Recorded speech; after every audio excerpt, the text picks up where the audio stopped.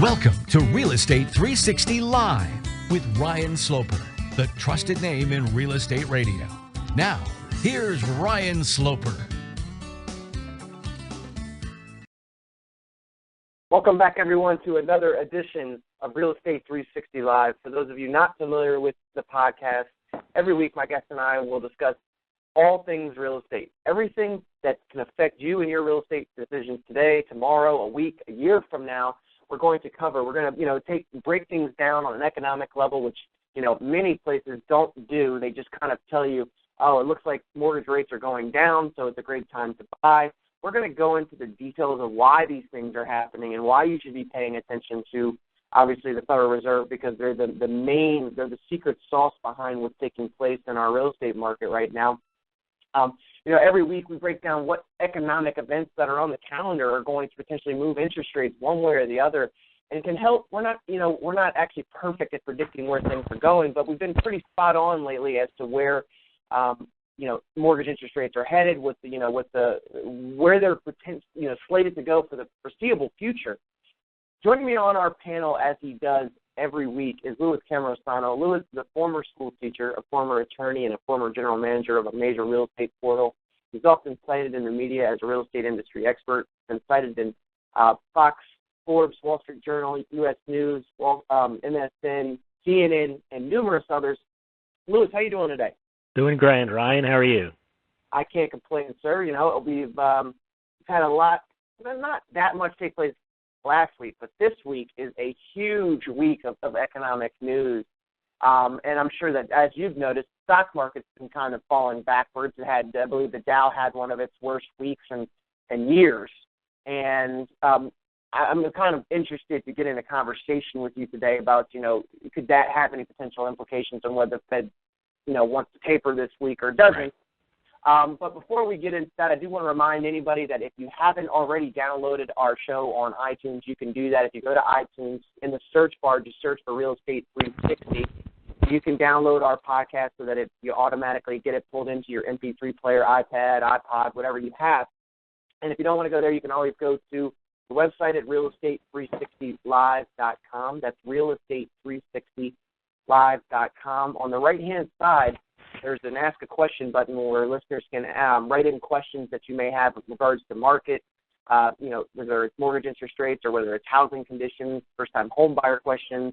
We've got two more questions today, Louis. We obviously answered one last week from listeners, and we're getting a lot more lately. So I think it's going to actually help our program because we can actually answer things from people on the ground level that are curious as to what's taking place and why it's taking place.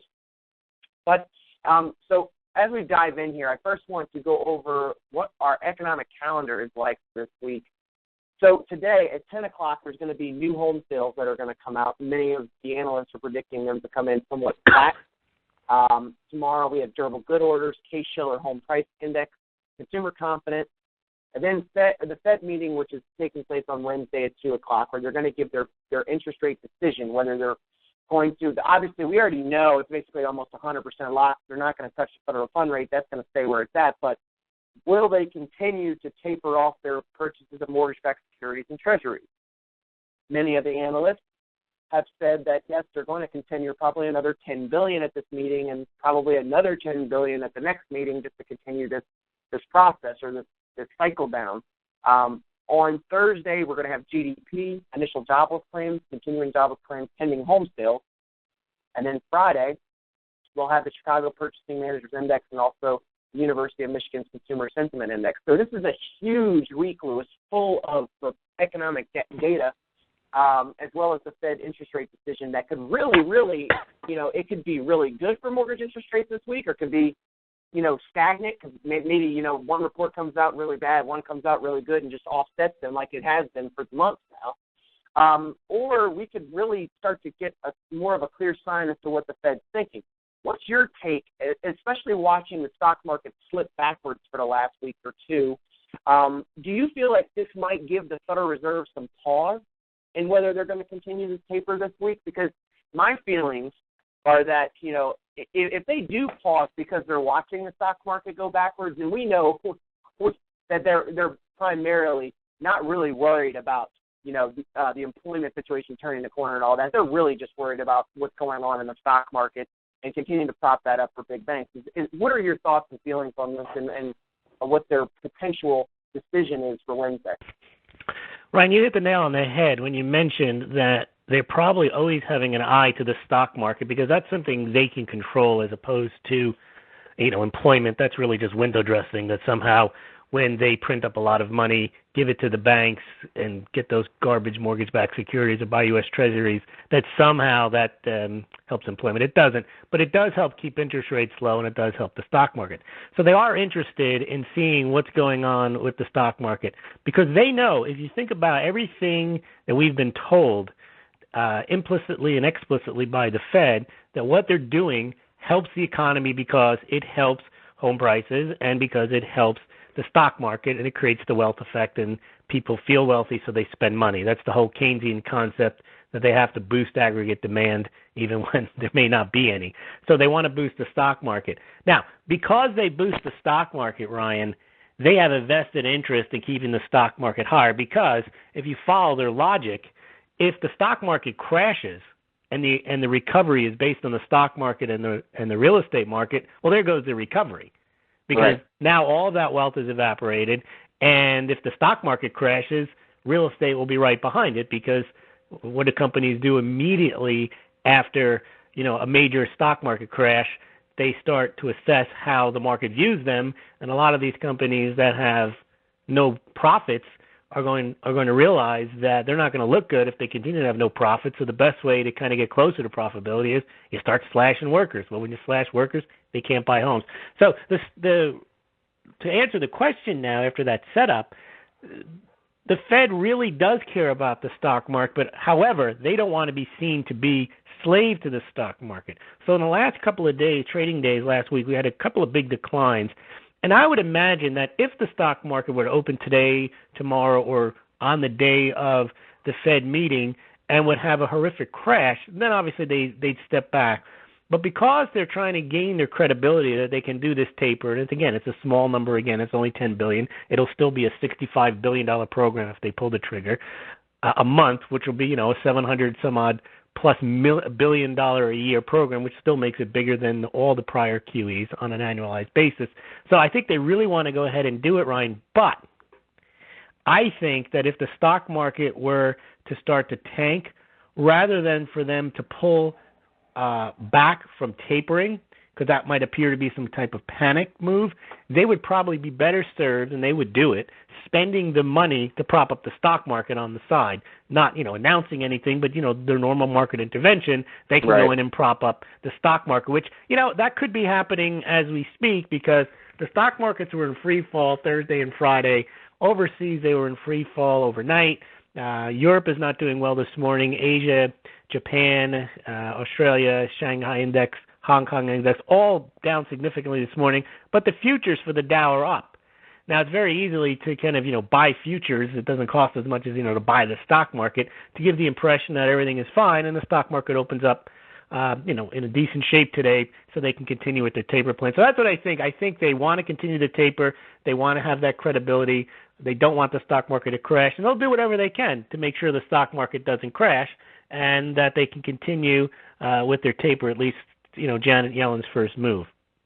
Yeah, what I find interesting, Louis, is that, we typically follow the 10-year note, the 10-year yield, which is now at 2.74 at the close of Friday's business day. A bit surprising that you would think it would have gone higher as they started tapering. Well, we hadn't, but, it was stuck above 2.8 for quite some time. And many of the analysts were saying, for it to go below 2.8 without any major news would be kind of crazy to think that. But when you just look at the basic Wall Street principles of, basically stocks are going down, mortgage rates are typically getting better. That's what happened over the last week or so. So I'm almost thinking, and I could be wrong here, but it almost looks like to have a pullback in the stock market, the Fed might want this because naturally it's going to give the benefit to mortgage-backed securities and mortgage interest rates, right? If there is a little pullback, I'm not saying a huge, significant one, but... Well, you're right. It moves to safety. You create demand for the treasuries, the ones that they're not going to buy. Right, and so we get a little pullback there. So then if we come in and they do have another taper come Wednesday, it's going to basically put interest rates right back to where they were about 2 weeks before that. You know what I mean? So it's almost like a perfect balancing act. And you and I have said this. They're actually like magicians here because well, absolutely. They anticipate when they're going to taper what the impact is going to be on the emerging markets. They know that hot money is going to flow out of there. They know what they play scenarios of what to do. Yep. And they have the wherewithal to be manipulative. Because when you really watch, exactly, when you watch, like, okay, so we had the Dow, go down 350, 400 points, whatever it is, and then all of a sudden, okay, great, look, who's the beneficiary of that? It's basically mortgage-backed securities.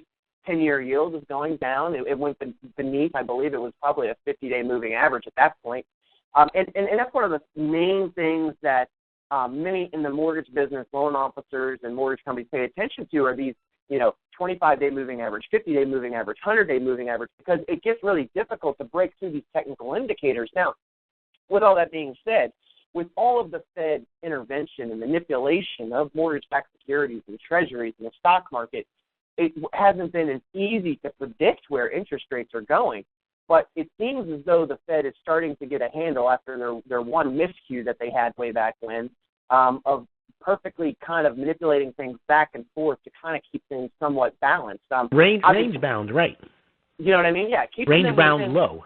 Absolutely. Range bound low. So, and what do I think that range is? I would say it's probably anywhere from 4 to 4.75%.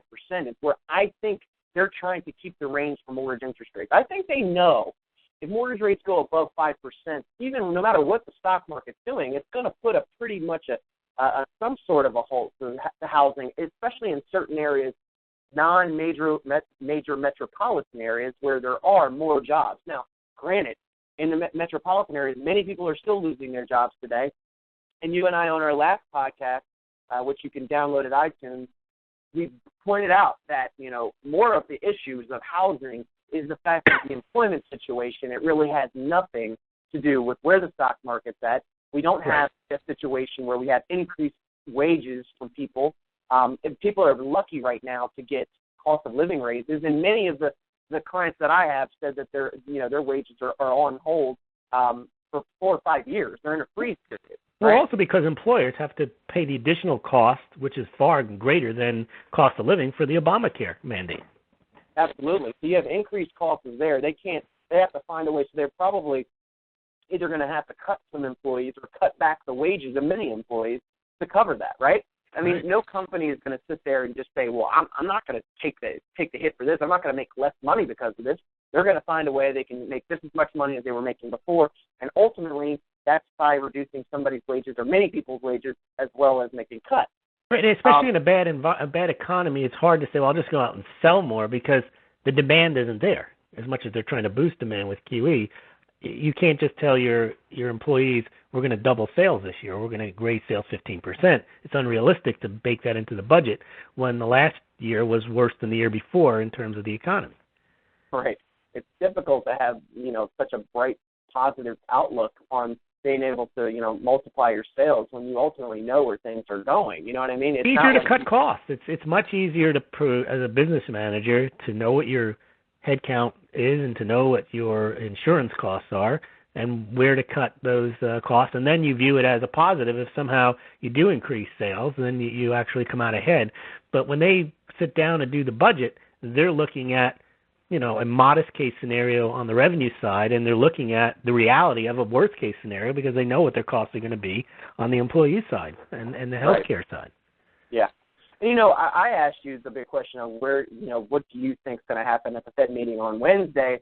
And it's almost like it's a day-to-day thing anyway, right? I almost should have asked you, what do you think new home sales are going to come at today? What do you think Case-Shiller is going to come in tomorrow? Where do you think consumer confidence is going to come tomorrow? And then where do you think the stock market's going to go? Right? Well, Ryan, I'm of the view though that, and you've kind of put this thought in my mind, and I've been running with it lately. It really doesn't matter what any of these numbers come in because the Fed's going to do whatever they want to get the result that they want, either through reinterpreting the data that we get, ignoring the data, overplaying the data, or doing some manipulation on the side or overtly through QE or not through QE or through the Exchange Stabilization Fund, they'll get the result they want irrespective of how these numbers come out. Absolutely. And it really is, because the numbers, they don't hold any particular long-term, either when they come out or even in the aggregate, any long-term view of what the economy is. The narrative has been there's a recovery and we're tapering.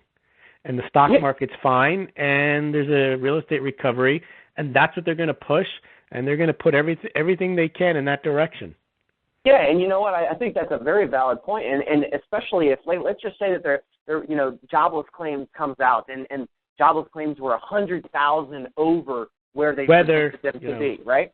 They'll just ignore it. Weather, that's a problem. Right. There would be a reason why, or there will be, and in the short term, there might be a spike in or a decrease in mortgage interest rates. But then, the very next day, something else comes out. It's not going to be something that's consistently long term. I mean, even when Bernanke flipped up way back when and made the comments that he did, rates have obviously increased since then. But we see they finally have got the balancing act back in order again, right? You brought up a good range bound, and it doesn't look like they're going to lose hold of that anytime soon. They'll only lose hold of it if there's a major event that they can't control. And, we saw that happen in 2008. There was a crisis that did spin out of control. It's bound to happen again, when you have all the country sovereigns and companies up to debt in their eyeballs. Someone's going to default, and it's going to have a cascading effect on derivatives and the stock market. And, they may be caught flat-footed, but they've been very adept at keeping the balance that they want to keep. They certainly have. Now, it hasn't helped the economy. See, they've managed to keep the stock market going. They've managed to keep the banks flush with cash. They've managed to serve their client, the U.S. federal government, and making sure that they have the money so we can continue our deficit spending. Haven't improved the economy, but they're doing all these maneuvers under the guise that somehow they have a mandate to help employment. And that's where they're failing. Now, the real question is, what is Yellen going to do? Is she going to take that mandate seriously? She may pretend to. I don't know what she can do. I mean, Bernanke has admitted as such. There's very little the Fed can do to help employment other than hand out money to employers and tell them to go hire people. Which isn't going to happen. No, of course not. And you would say that's ridiculous, and I do think that's ridiculous, but handing money to the banks to buy garbage mortgage-backed securities off their balance sheets for the last 5 years to the tune of trillions is even more ridiculous. And then to hear that the banks may have capital problems. You're hearing stories of Deutsche Bank having a huge loss of $1 billion and plus, J.P. Morgan having a big write-downs, and then over the weekend hearing HSBC stories of people are not allowed to take money out of their account unless they have some rational explanation.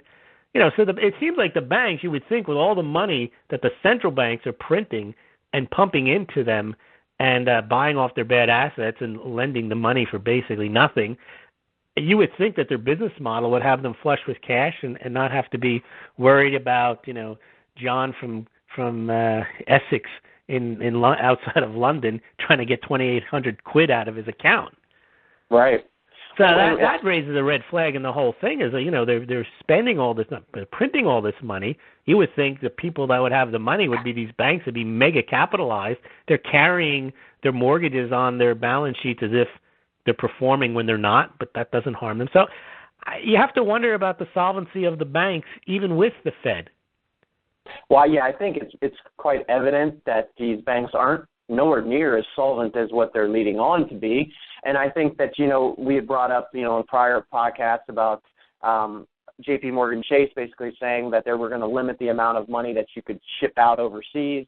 So all of those are moves to tell you that there's actually not the physical cash that the Fed is supposedly, and the Treasury is supposedly printing up. It's not really there. These are zeros that are being added to these banks' balance sheets, but it's being moved more towards this whole digital age where, everything needs to be electronic, because then really you can manipulate and control things to the nth degree. Right.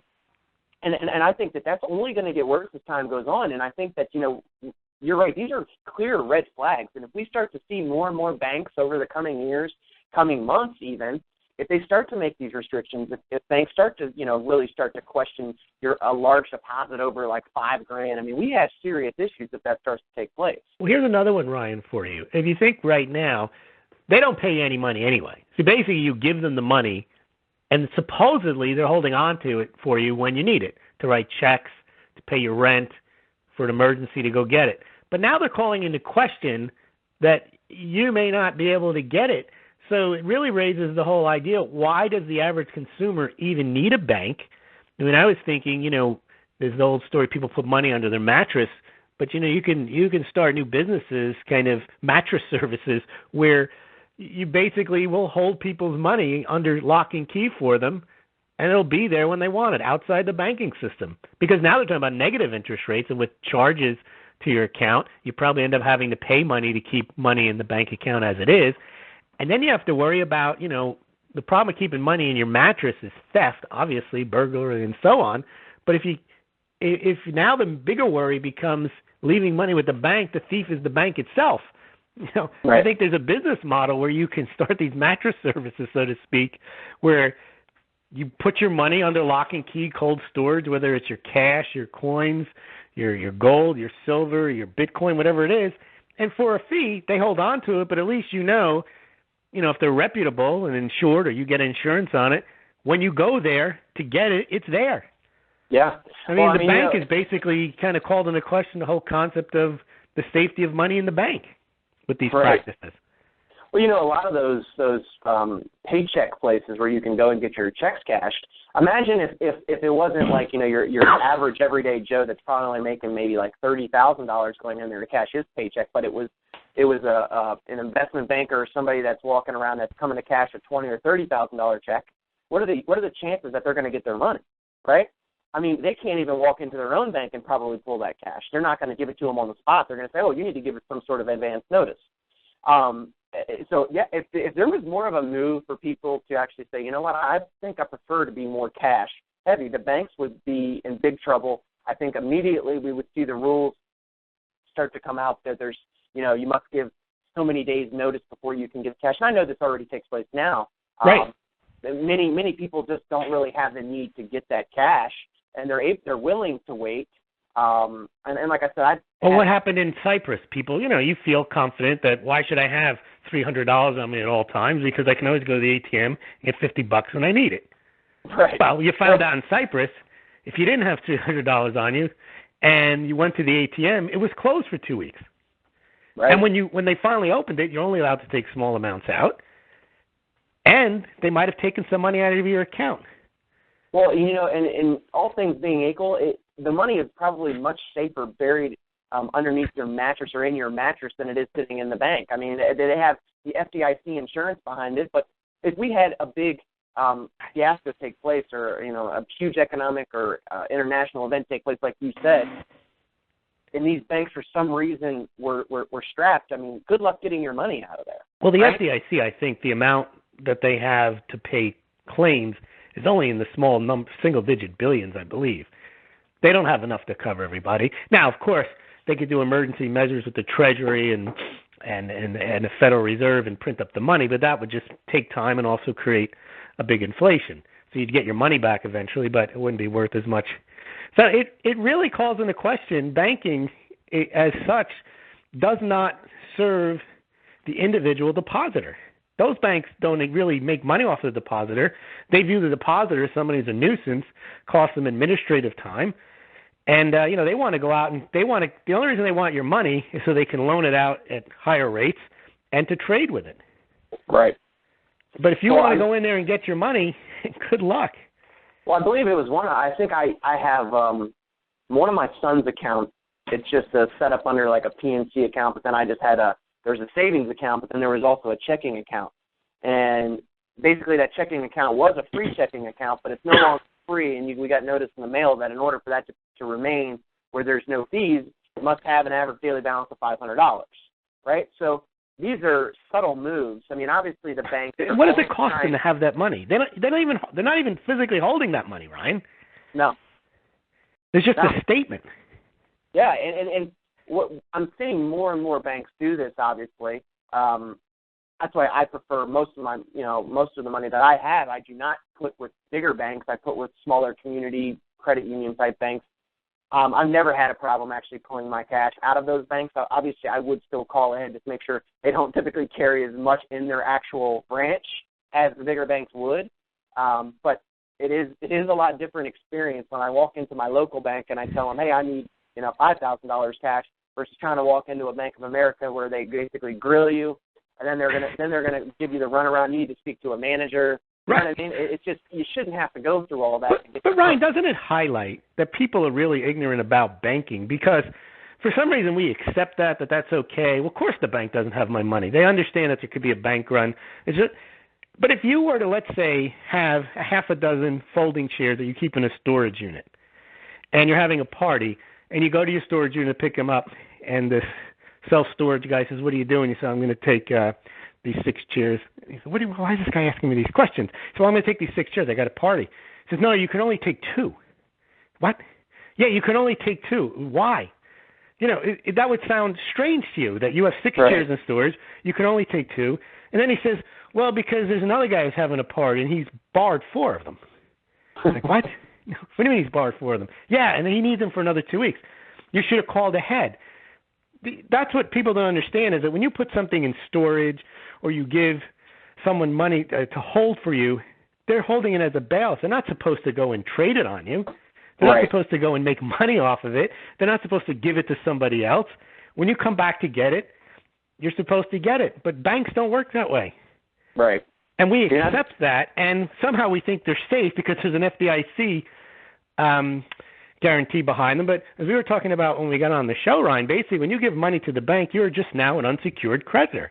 You've given them the money so they can do what they want. And under law, they can loan it out, and they can create reserves off the money you gave them up to like 10 times the amount and loan that out, which means rarely is there any money in the bank when you go there.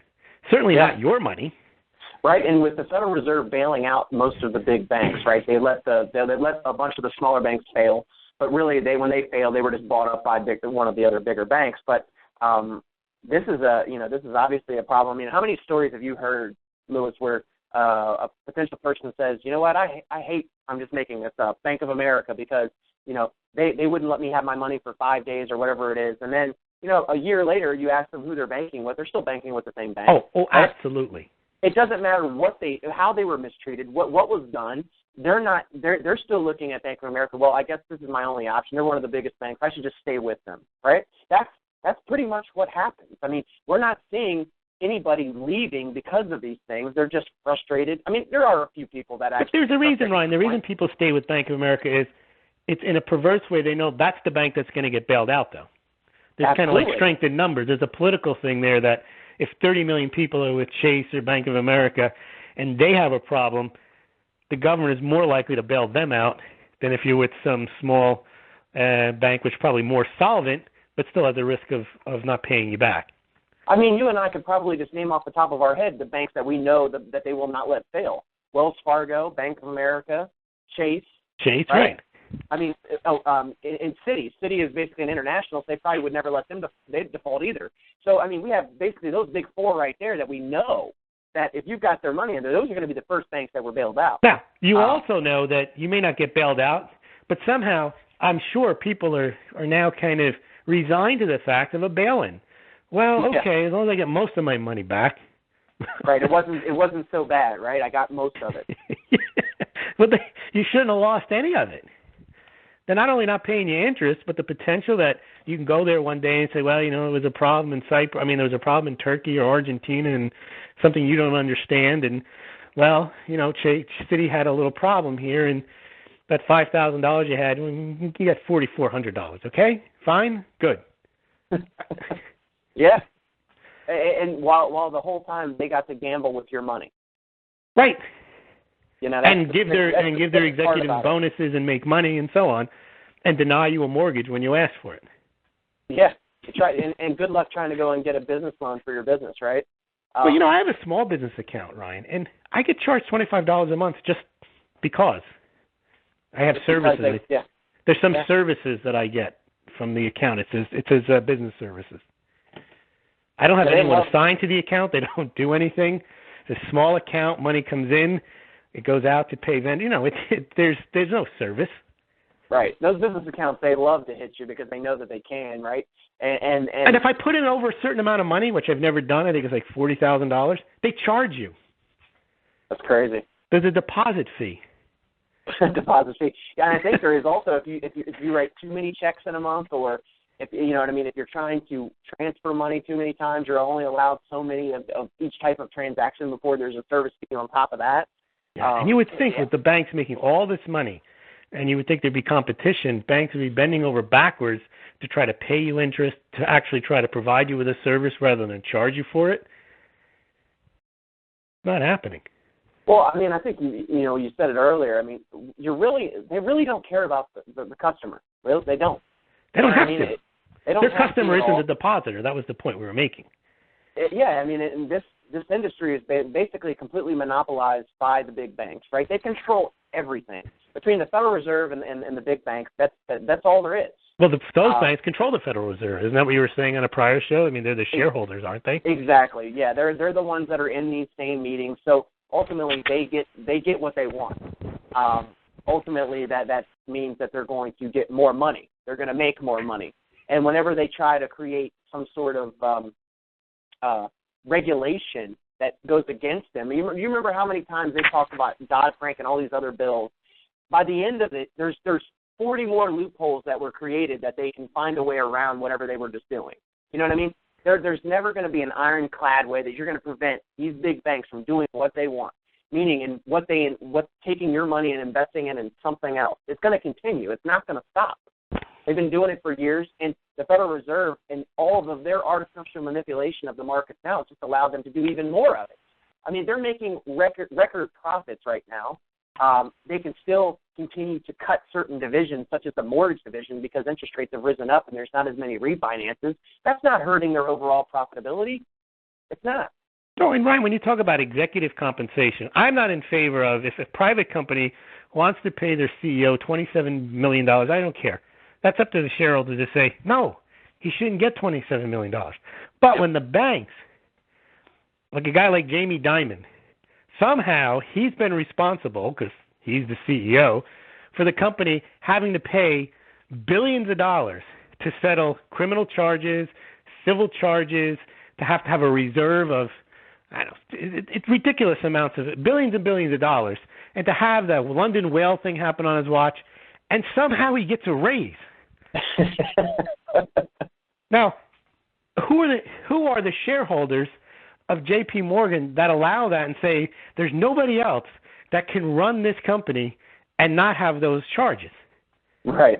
I mean, if you were any average shareholder, you would probably say that if we ever took a loss of any substantial amount, that you wouldn't get a paycheck, period, right? That would just be the year you get nothing. There's no raise. You probably wouldn't even you shouldn't even get a salary, any bonuses or anything, but instead you're getting a raise. I mean, or you get fired. Or you get fired. Or there's an internal investigation as to why these things happened and how we can avoid it in the future, instead of just saying, why don't we just take a $500 million charge there and a $20 billion, And the reason is they still make enormous amounts of money. But, Ryan, I assure you, anybody can make that kind of money if you're given access and monopoly to money. Because that's what they have. I 100% agree with you. It's like, Lewis, right now, if somebody would just give me unlimited capital for me to buy up the properties that I want to buy right now, and I just literally just went in and because you can still find properties that you can cash flow just on a rental basis, right? Go one step further, Ryan, and you also had the ability, because every zoning person, every appraiser was in your back pocket, and you would never have a problem getting an appraisal. You would never have a problem getting a zoning thing. You would have you have all your problems taken care of, and you'd have as much capital as you wanted to go buy them. Yeah, I mean, it's the old saying that money controls the world. I mean, it really does. And when you have, and that's the thing. I don't know. Did you see the 60-minute special that was on last night, where they had went on this program called Year Up, and it was one of the Wall Street, I can't remember which investment firm he was with, decided that he was going to create a program for urban young adults with skills, experience, and support that would basically empower them to reach their potential. basically giving them like. I'm sorry, who is doing this? An individual? Yeah, it was an individual that was on Wall Street that then created this. Basically, I don't know. I don't even really know if it's a nonprofit or not. I'd have to look it up. Okay, you had an organization.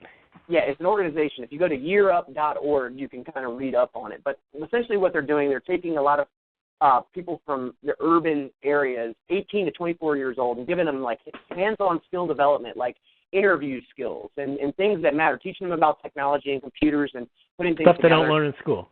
Stuff they don't learn in school. Go figure. You and I have been talking about this for how long now? And then they're either getting them an internship with one of these major companies, or they're actually gonna end up going to college after this. But what they found is that the majority of these people that are placed in there, 75% of them are making it through this 1-year intensive training program. So that's about 75% of the people. Right. And 100% placement of qualified students into internships. So most of them are getting placed into them. They showed a few, obviously, on 60 Minutes they're going to highlight certain things, but one of the guys is now a tech for American Express. And I know a lot of this is for publicity. The interesting, work back to my point, is one of the guys that they interviewed on there was none other than Jamie Dimon, right? You think, oh, what kind of positive press can he get, where he's basically saying he's taking in these young urban adults and placing them in jobs in his company, right? They're paying, I believe they said, up to $23,000 to year up per qualified candidate that comes into their company. Now, this is such a smart idea as far as giving people hands-on skills and teaching them how to do interviews and what to say and what not to say. Why can't we adopt this in the regular school systems? What's so difficult about getting people training when they're in the 9th, 10th, 11th, and 12th grade? But Ryan, you're adding something else. Why does the taxpayer have to pay to educate people so they can go work for companies for the benefit of the company if the company can foot part of the bill? Absolutely. Because if a company wants certain skills out of their college grads or high school grads, well, then they should teach them. But why should the taxpayer pay to teach kids how to run a spreadsheet in the J.P. Morgan format? I have no problem with J.P. Morgan funding these types of organizations and teaching the kids and paying for it. Yeah, and it was private schooling. Everyone doesn't have to go to public school. If there's private schools, corporate schools that want to teach kids the skills they need to go work there, and you find it advantageous to send your kid there because you can't afford a private school and they're willing to pay and then take your kid on and teach him so he can get a job there, oh, that's one option. Everybody shouldn't have to go to public school and be taught the Common Core curriculum propaganda. It's basically what it is, because it's the reason I call it propaganda is it's one point of view. Yeah, and I think it's taught from the state perspective, and that's it. What was interesting is they said that on their website they showed that their average wage placement is somewhere around $30,000 a year, which for many of these urban young adults, that's probably a lot of money compared to what they were going to get.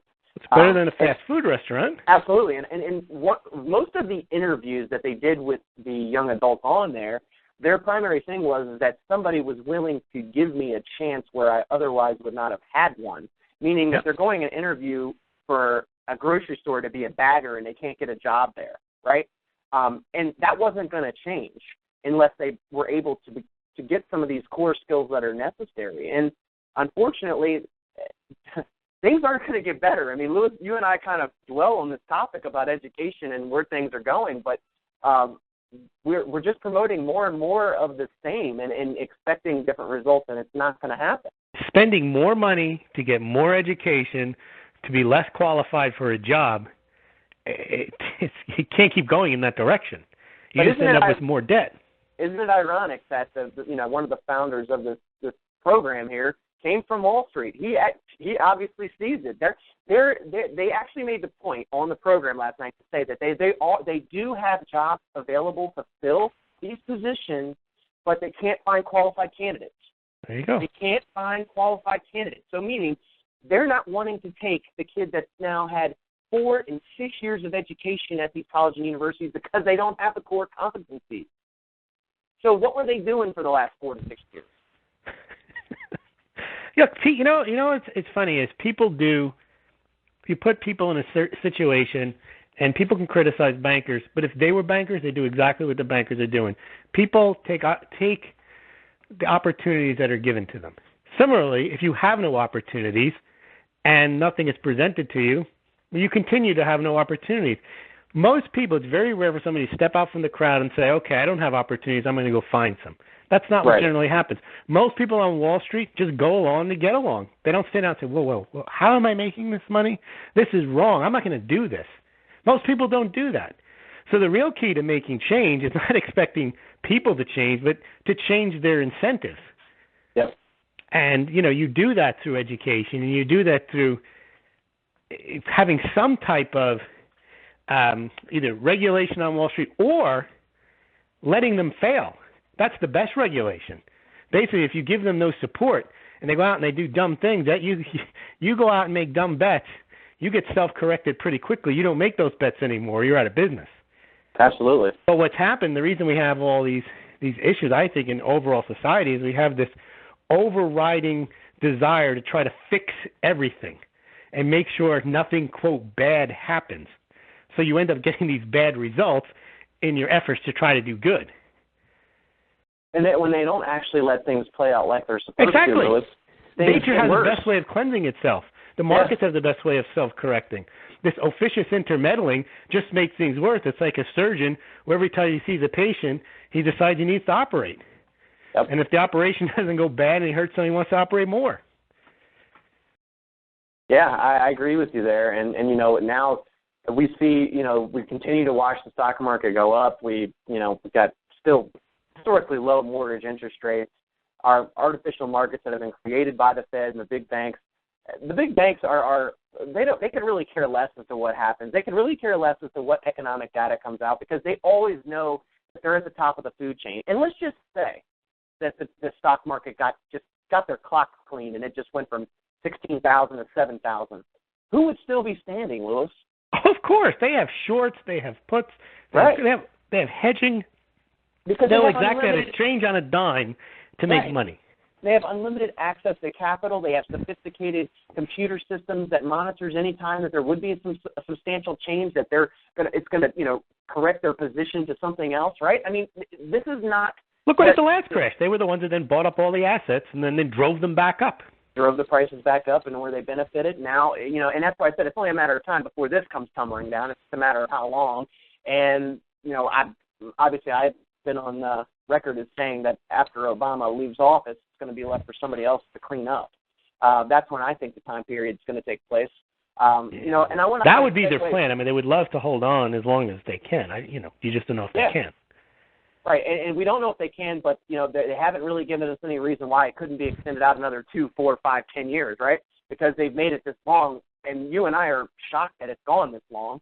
The wild card, Ryan, is though in prior times, the United States was the game in town in every market. People didn't own gold and silver outside the United States. The Dow Jones was, 80, 90% of the stock market capitalization in the world. The U.S. GDP was 60, it was 60, 70% of the overall GDP of the world.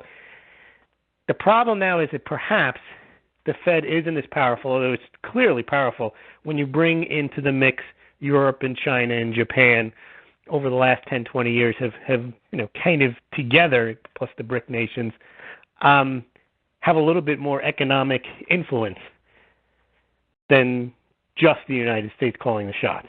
Because clearly in 1971, when Nixon took the country off the gold standard, no one could do anything about it. It's like, okay, well, all right, you don't want to give us gold, what are we going to do? Nothing. We'll just accept the dollar as good as gold.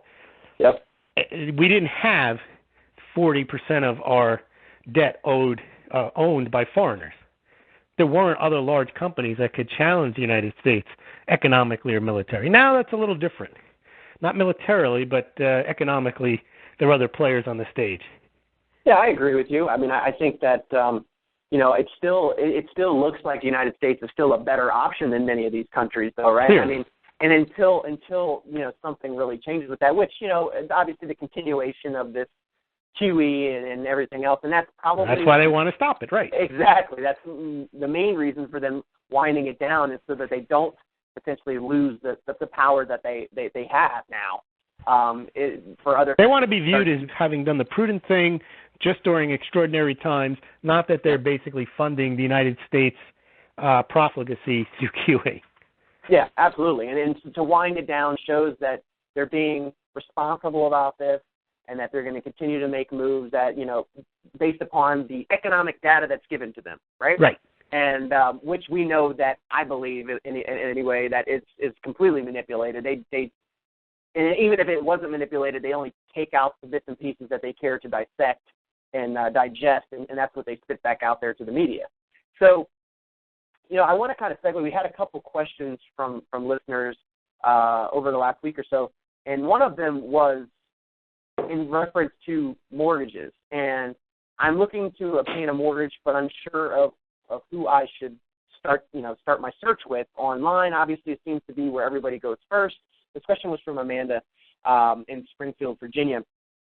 And she's curious as to, what questions should I be asking my potential loan officer and or bank or credit union that I'm potentially trying to get a mortgage from? I think this is actually a great question, Louis, because I just got done doing a deal, or in the middle of doing a deal. I'm representing the seller, and the buyer was getting financing from USAA, right? Okay. So everybody thinks that, USAA, they're just they represent, all of America and the armed forces, and, my parents have had them, so they've got to be good. Well, I've had the worst experience ever whenever dealing with USAA a lot of the time because, number one, they give you an automated approval. Now, what does that mean? Louis, you go on the computer, you type in your name, your social, your income, your assets, and it spits back, you are pre-approved for $400,000. Did you give them any documentation? Did you give them anything other than just the information that you wanted to give them? And how much credibility does a pre-approval have for a seller when you go to buy? Well, do you know what? All that ever asks is to have a pre-approval from a bank, mortgage company, or credit union that says that you're pre-approved up to that amount. That's all that's necessary. Now, me representing the seller, I want to investigate that further, right? I don't want to accept this letter. I want to be able to call and talk to a potential loan officer to ask them, have you looked at their W-2s and their tax returns? Have you seen this stuff? Well, verification, right. When you try to call USAA, who do you think you're going to talk to? You're going to get to an 800 number, and then you're going to be redirected and redirected and redirected. Oh, and they won't be able to tell you anything about the person. Well, they don't know anything about the person other than the information they received online, right? Yes. So now, let's say that I now have two contracts, Louis, and I have one from USAA, and I have the exact same contract, same terms with the other one, and it's a different lender. It's, let's say, a local mortgage company, right? They have a pre-approval. I can pick up the phone. I can call the loan officer because he has his office number, his cell phone, everything there. I call that same loan officer, and I get in touch with him within 5 minutes. I say, hey, I have a pre-approval letter here from you for, Sandy and Joe. I just wanted to call to make sure that you have verified all their income, their tax returns, and all these things. You have the documentation in your hands. This isn't just a stock pre-approval letter. No, I'm confirming that I have received all this documentation. It's been reviewed. I have a DU approve eligible. The only thing we're waiting for is a clear appraisal and title report. Now, you tell me which contract I should choose, Louis. 7 years ago, it wouldn't have mattered. Wouldn't have mattered, right? But today it But does. now it does, yes. And why do I bring up that point? Because I think it's critical when buyers are making a decision for who they have represent them on their mortgage transaction. Just going to Bankrate or wherever you may go to look at where interest rates are is not a smart decision because guess what? Too many transactions have fell on their face because they went with USA or bank or credit union that they were dealing with somebody that they didn't even know or they could never get back to the same person twice. And they were supposed to close in 30 days, and their loan's not ready for 45 or 60 days. Well, guess what? The seller's already moved on, and they've said cancel the contract because it doesn't look like you're going to get financing. Well, sometimes can they give you a little bit of a better rate? Yes. Let's just say it's an 8. Let's say it's an 1/8 of a better rate. I promise you that when negotiating a contract out, if your contract is equal to the other one, and you have a savvy agent on the other side, it's an agent that actually knows what they're doing, you're going to lose out 9 times out of 10. I can promise you that because the last thing that a listing agent wants is for their deal to fall through because of financing. And all the talk. That's where their money is. That's where their money is, right? And all of the talk amongst agents is, I can't stand lenders. They're all the same, right? So when you do find a good local lender that goes above and beyond and can promise that you can have an approval and potentially close in 21 days or less, I think that holds a lot more weight Absolutely. than if you're just going online and you're looking for a lender. Now, what questions should you be asking? Well, if you can't get a hold of anybody and you're just submitting your loan online, I think that's problem number one. You're dealing with a computer and not a human. And unfortunately, the computer cannot decipher tax returns and all the other things that are necessary. They just can't. So the first thing you need to do is get a live person on the phone. So if you still do want to use USAA or one of these other online banks or vendors or mortgage companies, you still want to talk to somebody live and direct so that you can ask some certain questions. One of the questions that I would always ask is, can you please tell me how mortgage interest rates are derived? If you get a loan officer or a loan consultant on the phone and they can't answer that simple question, where do mortgage rates come from, I wouldn't do business with them. Would you, Lewis? Nope. You need somebody. The reason you're hiring a professional is they're supposed to know more about this stuff than you do. If they can't answer your question, then you got a problem. And you know what I've found lately is that the consumers know more than most of the loan officers. Yeah, they've educated themselves online. Exactly, and most of the loan officers that work for the bank, you realize they don't have the same licensing standards that people that work at actual mortgage companies do. Why? Because they're exempt, because they're an FDIC bank. Well, there you go. So you have order takers. They enter in information on a computer. Now, I'm saying all this stuff, guys, because I'm in this industry. I understand what's taking place, and I don't think that it's all about just the interest rate, because I'm telling you, if you don't get the loan or you don't close on that house because you wanted an 8 cheaper in rate, first you could have closed in 21 days versus the 60-day loan that it took, and you're in the potential for your rate lock to expire because they couldn't get it done in time, all day long you should be making the decision to work with a live person that you can show up to their office and you can see them. You know what I mean? It's a one-time transaction, and you want to make sure it goes through. Absolutely. For most people. I mean, buying a primary residence, you don't normally do that 7-8 times. If you do, then you've got a different profile and what you need in a mortgage broker. Absolutely. And you know, I'm not going to say that all people that work in banks are all pigeonholed into this one category. I'm just stating what I've seen over the last couple of years. It's much of the same. I mean, I just had another transaction that was with a credit union. She told me that the loan was, and I represented the seller again. They told me that the buyer had been completely approved and that they were only waiting on the appraisal. Come to find out, Lewis, they did not have only the appraisal to come. They had to get verifications, written verifications of employment from the employer, which they were not able to supply for some reason. The HR department didn't want to supply something. There were 4 or 5 other conditions on this loan that hadn't been cleared. They'll tell you what you want to hear. And so the first question, obviously, I said was ask the mortgage loan officer, consultant, whoever you're talking with, how our mortgage interest rates are derived. If they can't tell you that, you have an issue. Number 2, you should ask them, okay, well, that's great. When do you think would be a good time for me to lock in my rate this week? What economic events are on the calendar this week that might, sway interest rates one way or the other? You're going to stump the loan officer 9 times out of 10 when you ask them that question, because most loan officers don't have a clue what's getting ready to take place that week. And more to the point of, when you listen to our show each and every week, we're talking about the economic events that are on the calendar for the week, because every one of these events can potentially move the interest rates up or down or keep them the same. Now, we talk about the Federal Reserve 90% of the time, right, Lewis? Because they're most of the time the ones that are going to push interest rates one way or the other based upon what they say and how the. And if they don't, there's something extraordinary happening. Absolutely. But if it's somehow not the Fed, because the Fed is the mortgage market, really. Yeah, they're buying up pretty much all of the mortgage-backed securities, which to try to get a certain result in price. Absolutely. So that's how these interest rates are derived, is obviously the buying and selling of mortgage-backed securities. And so if the Fed is basically the buyer of only resort, then naturally it's going to make the most sense to pay attention to what the Fed's doing. So should a pullback on Wednesday, a continuing tapering of mortgage-backed securities take place on Wednesday, should it hurt interest rates? I think it's already been factored in. It's probably been baked in a little bit. But, yes, they will get a little bit worse. They're not more than likely going to stay the same. That news would have some sort of negative impact. Now, it could just be a very subtle one, but it should have a little bit of a negative one. You have to be aware that it's happening, and you have to be aware when it happens, what happened to mortgage interest rates, so you can make your decision. Yeah, and you should be given this information. Let's say it's wrong. Let's say it's the opposite happens, what you think is going to happen with mortgage interest rates. Right. Well, at least you had your feet planted firmly looking at it from one perspective. If you have no perspective, you can't make a decision. Absolutely. If we laid out all these same things for a prospective buyer that's looking to lock in his loan, and we said, hey, well, this is the economic data for this week. This is what the analysts are predicting. This is what the Fed's potentially going to do. That person could then say, you know what, I don't even want to risk it. I just want to go ahead and lock in, right? That would be the smart play. Versus just saying, oh, you know what, I'm just going to float it because they said that interest rates are going to get better this spring.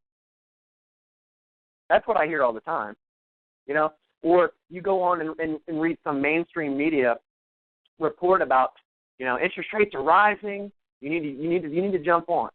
I mean, there's all kind of reasons why, but the simple fact of the matter is it just really matters what the Fed's going to do, what the stock market's going to do, and we have to kind of go with that. That's it. So, you know, these are pretty simple things that you can do, but remember, if you're just submitting an online approval, getting an automated approval through an online bank, credit union, or mortgage company, it's not good enough. And your offer could be rejected because you didn't go, you know, the extra steps to at least, you know, try two different ways. Do the online route and also go to a live person so that you can see the difference for yourself. So that's, you know, I think kind of a little long-winded answer as to what you should do when you're searching for a mortgage, but it always starts with searching for a professional. We're coming up on the end of the show, Louis. I want to thank you again for coming on, as always. Thanks, Ryan. And if somebody wants to check out your blog, where can they go? Our listeners can go to smallgold.com, SMAULGLD.com, and on that site you can see, every week or so, or maybe 2 or 3 times a week, a blog post about some of the things we discuss on the show, about economic activities, the Fed, prices of gold, silver, and even sometimes Bitcoin. So go to smallgold.com and check it out, please. Awesome. Thanks, Louis. Thanks, Ryan. And thank you guys for tuning in. We'll be back again next week. In the meantime, check us out on iTunes or the website at realestate360live.com. Talk to you soon.